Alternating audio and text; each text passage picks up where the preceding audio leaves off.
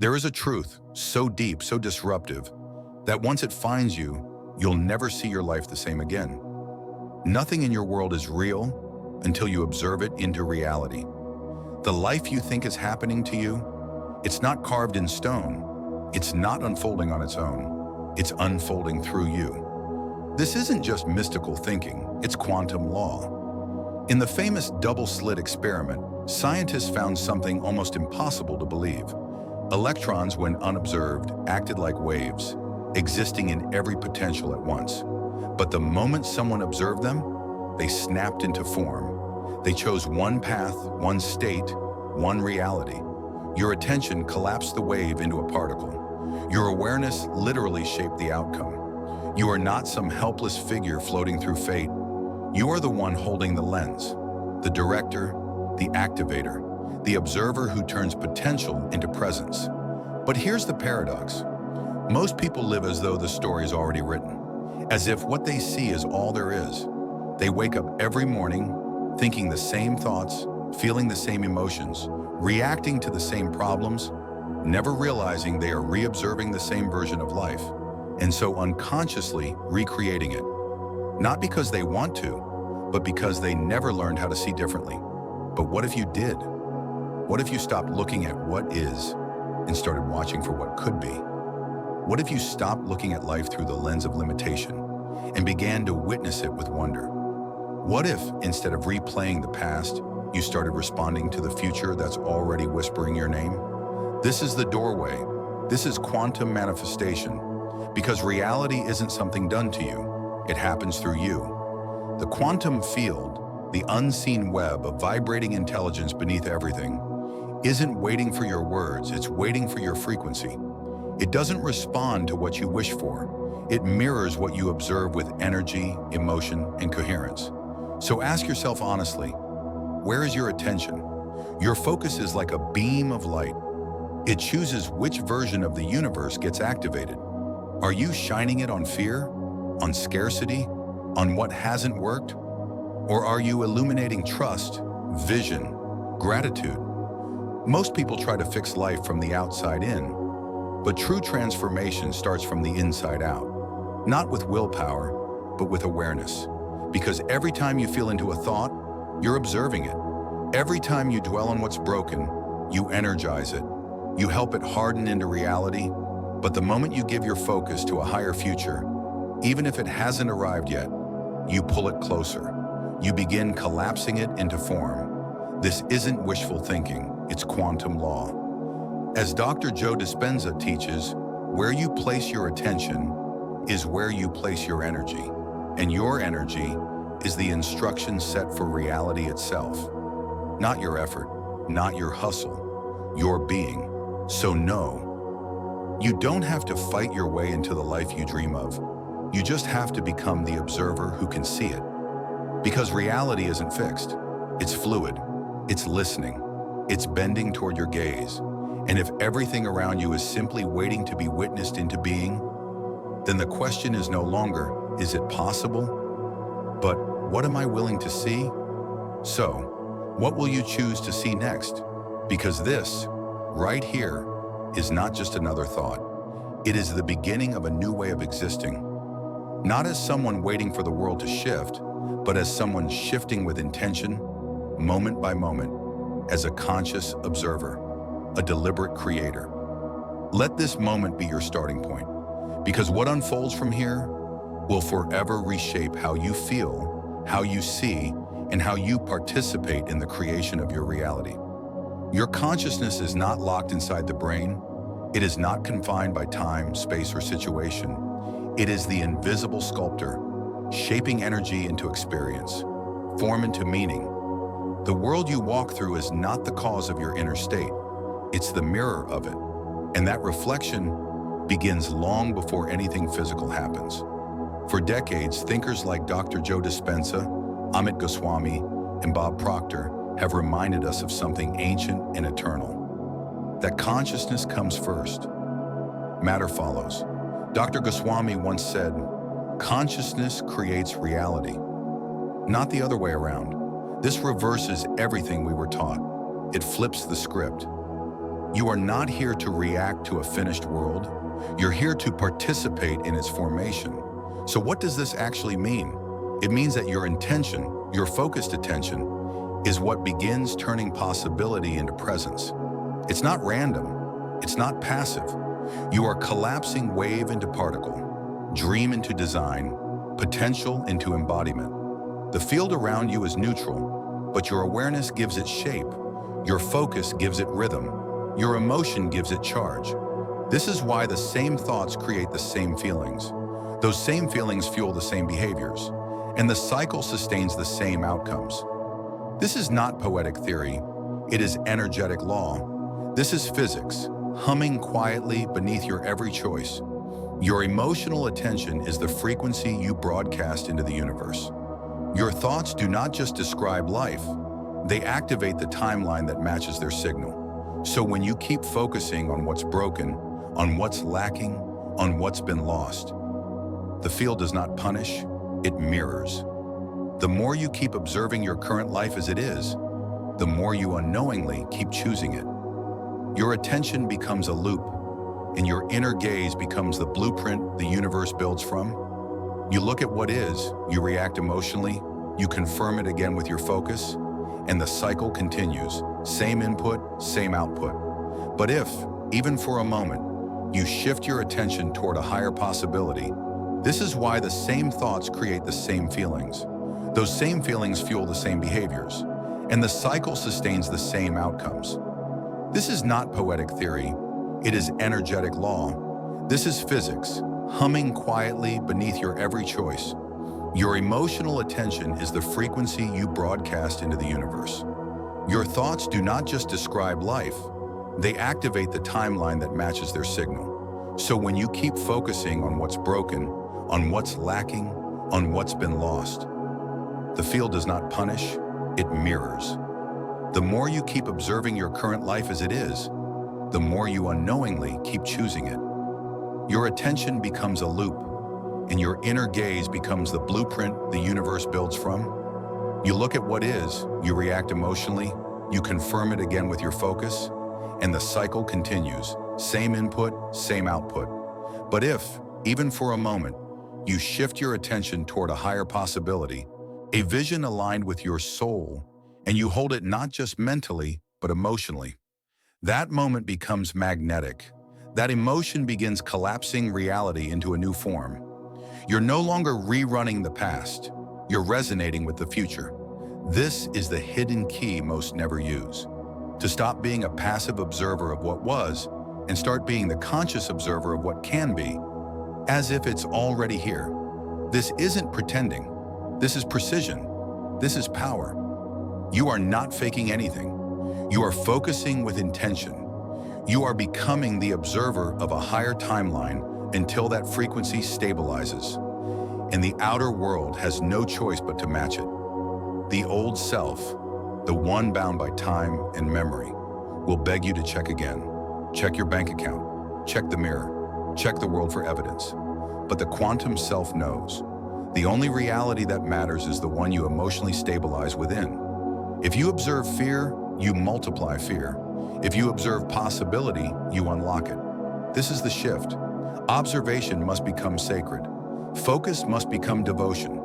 You are not here to passively witness what is.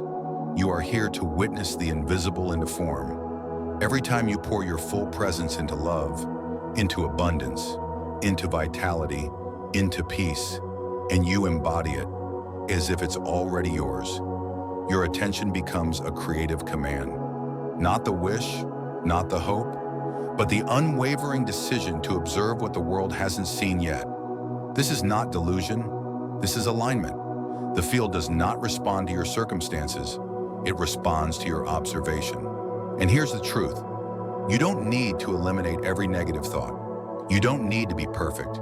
You only need to be more loyal to your vision than to your fear. You don't need flawless focus.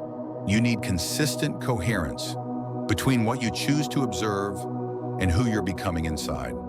So the invitation is both simple and radical. Become the watcher of your own watching. Your attention is more than thought. It's a sacred compass, a silent architect sculpting the unseen into the seen. So interrupt the habit.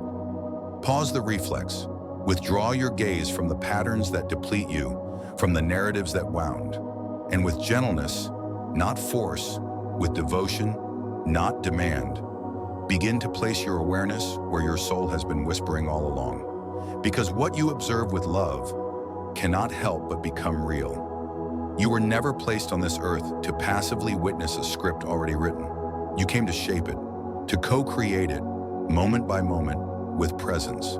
Still, so many wait.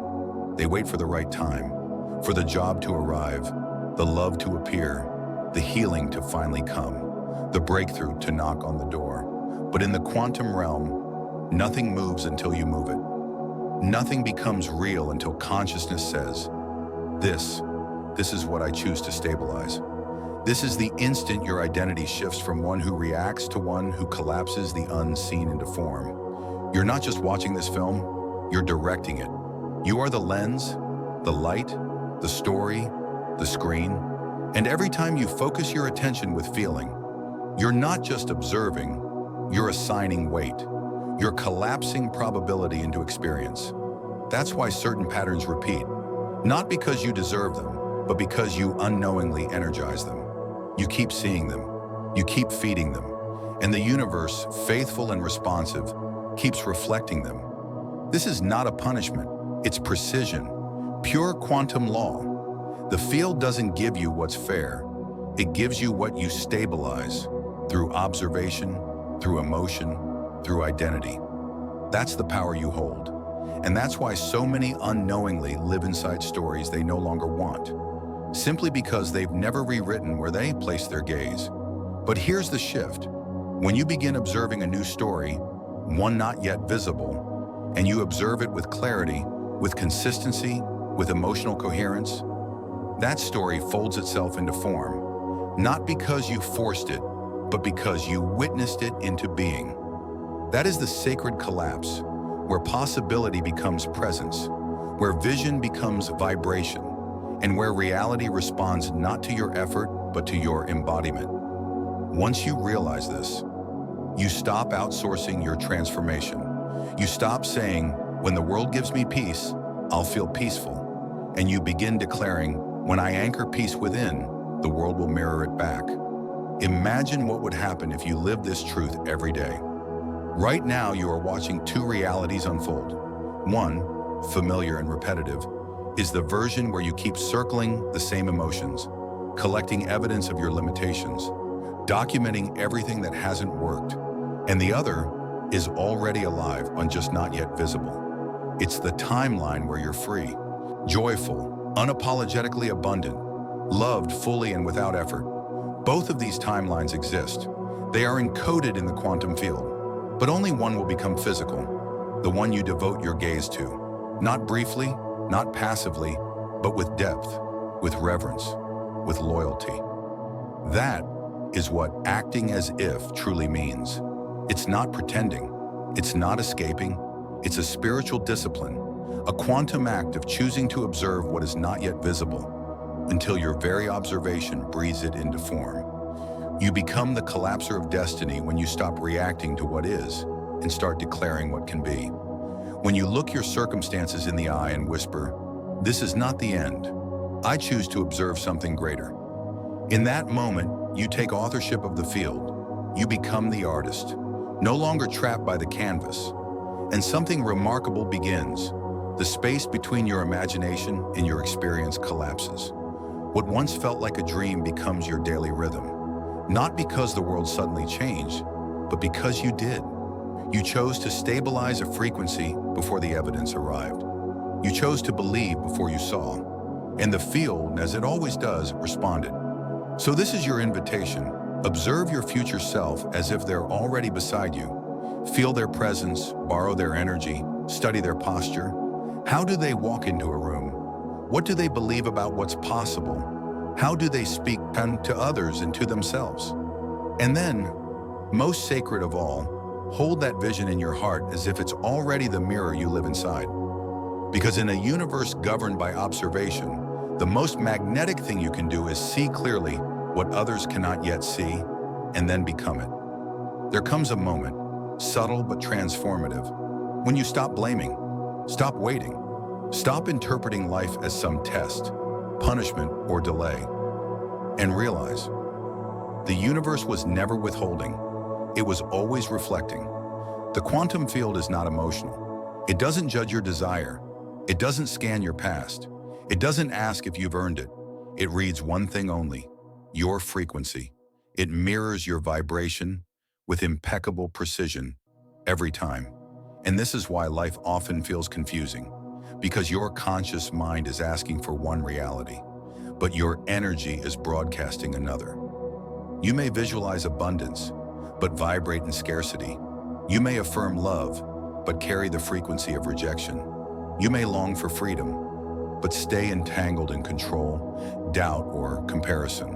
And the field, loyal as ever, responds not to your words, but to your resonance. The field does not debate, it does not delay, it simply reflects what you are consistently. It's not personal, it's vibrational. And this is the Great Awakening. Manifestation was never about convincing the universe. It was always about calibrating yourself, not to what you want, but to the version of you who already has it. That version exists. It's alive in the quantum field, not as fantasy, but as frequency. But here's the truth. You cannot receive the vibration of peace from within the energy of chaos. You cannot attract the experience of love while anchored in the emotion of doubt. This isn't rejection, it's resonance. So what do? You stop trying to control outcomes and start tending to your inner landscape. You begin the sacred discipline of becoming aware of your thoughts, not shaming them, not forcing them to change, just noticing, becoming present, witnessing your emotional baseline, because it is your baseline, the feeling you return to when no one's watching. That sets the tone for your entire life. When you take responsibility for what you are broadcasting, everything changes. You shift from victim to creator, from "why is this happening to me?" to "what am I vibrating that's calling this in?" And that question, when asked with compassion, not blame, unlocks your power. The quantum field is a mirror, but most people try to change the reflection without changing the face they're showing it. They try to manifest wealth without releasing their story of lack. They long for love without becoming someone who feels lovable. They chase new experiences while carrying old frequencies. And still, the field responds, faithfully, neutrally, reflecting what's stabilized within. So here is the turning point. Ask yourself now, what am I consistently observing? What emotion do I return to most often? What frequency am I actually living in? Not during meditation, but when no one is watching. This is not about perfection. It's about consistency. It's about choosing, again and again, to return to the vibration of who you wish to become until that energy becomes familiar and then inevitable. Because when you realize the field is neutral, you reclaim every ounce of power. It's not judging you, it's not testing you, and it's not limiting you. There are no spiritual gatekeepers, only energetic agreements. And you, in this moment, can renegotiate. With every thought, every breath, every moment of honest presence, you are casting votes into the quantum field. You are saying, "This is who I am." And the universe answers, "As you wish." So let this be the shift. You don't need to earn your dream life. You simply have to match it. You are not here to chase what's missing.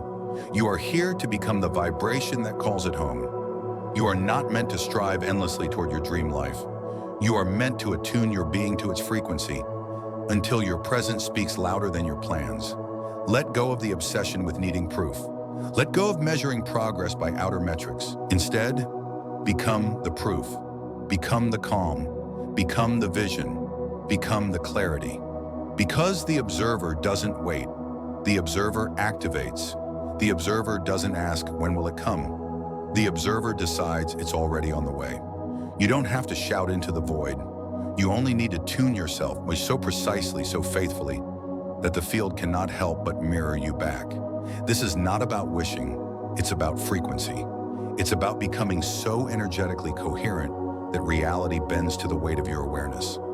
So breathe in this truth. You are not separate from the universe. You are the universe, observing itself into form. And in your quiet, sacred noticing, in the space where striving dissolves and certainty begins, the wave collapses, reality shifts, the new begins. This is your signal, not to wait, not to plead, but to remember, the Creator is not coming. The Creator is already here, watching, feeling, choosing as you. So hold the vision, anchor the emotion, and let your life rearrange itself around the silent power of your sacred observation. If this message found you at the right moment, you already know it wasn't an accident. Comment below, I am no longer waiting, I am now observing, and let that act be your first shift in vibration.